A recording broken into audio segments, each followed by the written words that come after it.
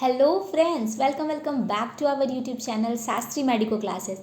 आज हम जानेंगे कैल्शियम से रिलेटेड थिंग्स, मीन्स कि आखिर क्यों हमारे बॉडी में कैल्शियम इतना इम्पॉर्टेंट है, क्या क्या खाने से हमारा बॉडी का कैल्शियम लेवल मेंटेन रहता है, नॉर्मल रेंजेस क्या है हमारा कैल्शियम का, क्या ज़्यादा कैल्शियम हमारे बॉडी में होने से क्या ये कुछ हार्मफुल मतलब हार्म होता है हमारे बॉडी के लिए, या फिर अगर कम हो जाता है तो कुछ हार्म होता है हमारे बॉडी के लिए।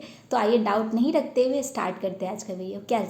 कैल्शियम जो है एक बहुत इंपॉर्टेंट एलिमेंट है हमारे बॉडी के लिए। हमारे बॉडी में सबसे ज़्यादा कैल्शियम प्रेजेंट रहता है, मिनरल्स में सबसे ज़्यादा हमारा कैल्शियम प्रेजेंट रहता है। 99% हमारे बॉडी में कैल्शियम स्टोर्ड फॉर्म में रहता है। 99% हमारे बोन्स में, हमारे टीथ में ये स्टोर्ड फॉर्म में रहता है, जिस वजह से हमारा बोन्स और हमारा टीथ काफ़ी स्ट्रांग रहता है। वाई? बिकॉज हमारा कैल्शियम एंड फॉस्फोरस बहुत ज़्यादा अमाउंट में प्रेजेंट रहता है उसमें। आइए हम इसके फंक्शंस देखते हैं, इसका वर्क देखते हैं, आखिर क्या काम है हमारे बॉडी में कैल्शियम का। तो कैल्शियम जो है हमारे टिथ के फॉर्मेशन के लिए, हमारे बोन के फॉर्मेशन के लिए बहुत इंपॉर्टेंट है, हमारे मसल्स कंट्रैक्शन के लिए बहुत इंपॉर्टेंट है, सम हार्मोन को रिलीज़ करवाने के लिए, लाइक एस्ट्रोजन हार्मोन को रिलीज़ कराने के लिए हमारा कैल्शियम बहुत इंपॉर्टेंट है, एंजाइम के एक्टिवेशन के लिए बहुत इंपॉर्टेंट है। आइए अब देखते हैं कि एक नॉर्मल ह्यूमन में कैल्शियम का रेंजेस कितना होना चाहिए।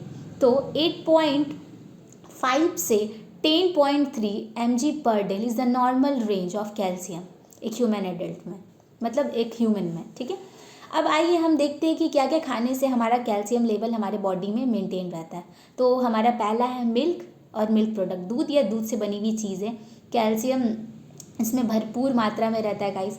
उसके बाद वेजिटेबल्स, हरी सब्जियाँ ग्रीन वेजिटेबल्स या फिर हरे साग, मतलब साग में इसमें भी भरपूर मात्रा में हमारा कैल्शियम रहता है। लेकिन गाइस ये चीज़ बिल्कुल ध्यान रखें कि जब भी हम हरी सब्जियाँ या हरी साग कुछ भी खाते हैं तो इसको अच्छे से 4-5 पानी से धोने के बाद ही खाएं, क्योंकि उसमें जब तक ये नहीं अच्छे से आप धोगे तो इससे ऑक्जेलेट नहीं निकलेगा, और अगर नहीं निकलेगा तो ये थोड़ा हार्मफुल हमारे बॉडी के लिए आगे जाके ये क्रिएट कर देता है, किडनी विडनी में स्टोन्स क्रिएट कर देता है, जिस वजह से इसलिए अच्छे से 3-4 पानी से धोने के बाद ही खाना चाहिए। तो फिर वो हमारा अच्छा फ्रेश एकदम कैल्शियम हमको अच्छे से मिलेगा। उसके बाद हमें टोफू में बहुत ज़्यादा हमारा कैल्शियम रहता है।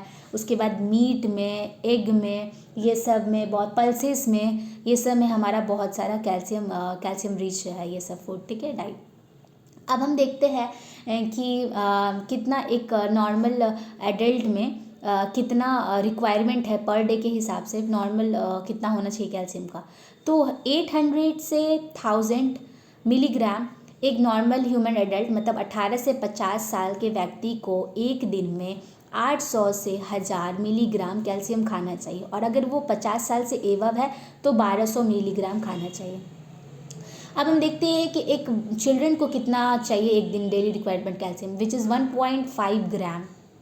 ठीक है, अब लैक्टेशनल या प्रेगनेंसी में कितना इंपॉर्टेंट होता है, तो वो 1300 मिलीग्राम चाहिए होता है उनको।